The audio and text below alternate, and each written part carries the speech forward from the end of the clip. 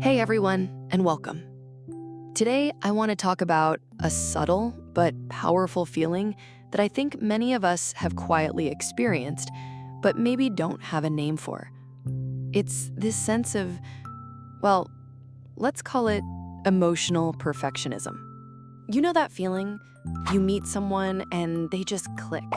Whether it's a new friend or a potential partner, everything feels right. They're funny, smart, kind. You start to build this beautiful picture of them in your mind. And then it happens. They do something that just turns you off. It could be something small, like the way they talk to a waiter or a joke that doesn't land right. Suddenly, you get what some people call the ick. It's like a switch flips. That perfect image you had of them, it shatters. And all the good things you saw before seem to vanish. Now, all you can focus on is this one bad thing. You start to question everything. Am I being too judgmental? Do I have impossibly high standards? Or is this a genuine red flag? It's a lonely and confusing place to be. Let me tell you about a friend of mine. Let's call her Clara. Clara met this guy, Mark, and she was so excited. He was thoughtful, remembered small details from their conversations, and made her laugh like no one else. For weeks, she told me how he was perfect. They had deep conversations, shared values. All the green flags were waving. She was genuinely happy. One evening, they were out with friends, and someone told a story where Mark was the hero, but he embellished it just a little. It wasn't a big lie, but he puffed up his role to look better. For Clara, that was it. The switch flipped. Suddenly, he wasn't thoughtful Mark anymore. He was the liar. All the good he'd done was erased by this one relatively small flaw. She ended things with him, but afterwards, she was filled with this nagging doubt. Was her reaction fair, or was she sabotaging her own happiness by expecting perfection? Clara's experience, and maybe yours too, isn't just about being picky. There's a psychological reason for this, and it has a name: splitting or black and white thinking. Splitting is a defense mechanism. To cope with overwhelming feelings, our brains simplify people and situations into two extreme categories: all good or all bad. There's no room for nuance or shades of gray. So when we first meet someone and like them, we put them in the all good box. We might even idealize them. But when they do something that disappoints us, we don't just adjust our opinion. We might flip them over to the all bad box. This is called a cognitive distortion because it's not a fully accurate way of seeing the world.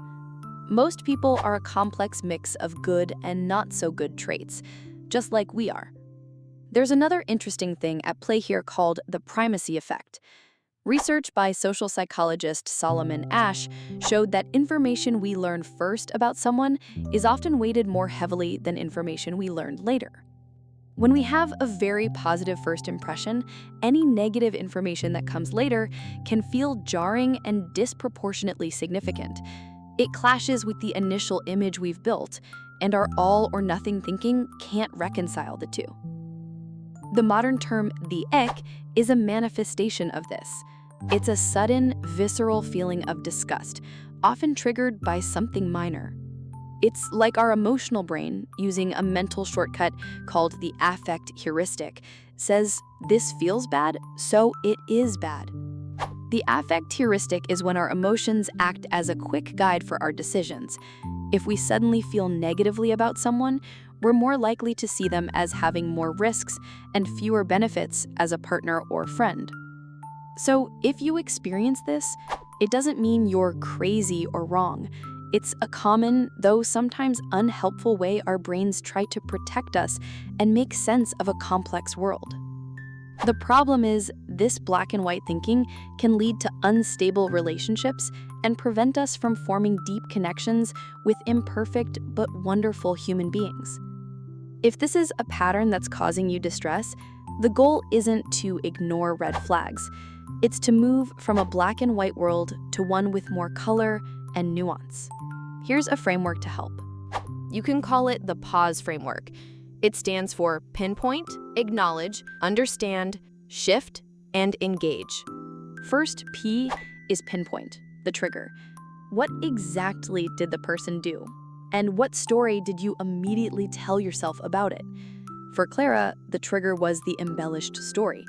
The story she told herself was, "Mark is a liar." Next, A is acknowledge the feeling without judgment. Is it disappointment, disgust, fear? Say to yourself, "I am feeling really turned off right now, and that's okay."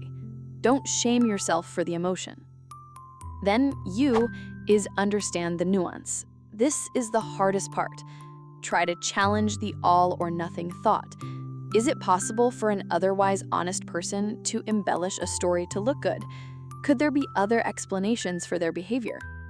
Try replacing but with and. For example, instead of "he was so kind, but he lied," try "he has been so kind and he embellished that story." This allows both truths to exist at the same time. S is for shift your perspective. Zoom out and look at the whole picture. In the grand scheme of your relationship with this person, how significant is this one event? Does it erase all the good moments? You can use the 10-10-10 rule. How will you feel about this in 10 minutes, 10 months, 10 years? This helps to gauge the true importance of the trigger. Finally, E is engage with curiosity. Instead of pulling away immediately, you could get curious. For Clara, this might have meant asking Mark about that story later in a non-confrontational way. She could have said, "That was a crazy story your friend told. I was wondering about the part where..." This opens a door for understanding rather than slamming it shut. Think about traveling. Your friend who was always on time might be chronically late for the airport shuttle. Instead of branding them unreliable, you can pause and realize that travel anxiety affects people differently. Or at work, if your boss gives you critical feedback on a project you worked hard on, instead of thinking, "They think I'm a failure," you can pause and see it as, "They are invested in my growth and they have notes for improvement." This isn't about accepting bad behavior or ignoring real deal breakers. It's about giving people the same grace we hope to receive for our own imperfections. Remember the question from the beginning? Am I wrong, or is the world the problem? The truth is, the world is imperfect, and so are we. And that's what makes us human. This tendency to see things in black and white can feel safe because it simplifies a complicated world. But it also cages us and keeps us from experiencing the beautiful, messy, and nuanced reality of human connection. The real work is learning to live in the and. Someone can be brilliant and insecure. A friend can be supportive and sometimes selfish. A partner can love you and still make mistakes. So the next time that switch flips, be gentle with yourself. Take a breath and try the pause framework. You are not broken for feeling this way. You are just a human trying to navigate relationships with other humans. I'd love to hear your thoughts on this. Have you ever experienced the ick or this kind of black and white thinking? Share your stories in the comments below. Your experience could help someone else feel less alone. Thank you for spending this time with me. If this resonated with you, please like and subscribe. It helps more than you know.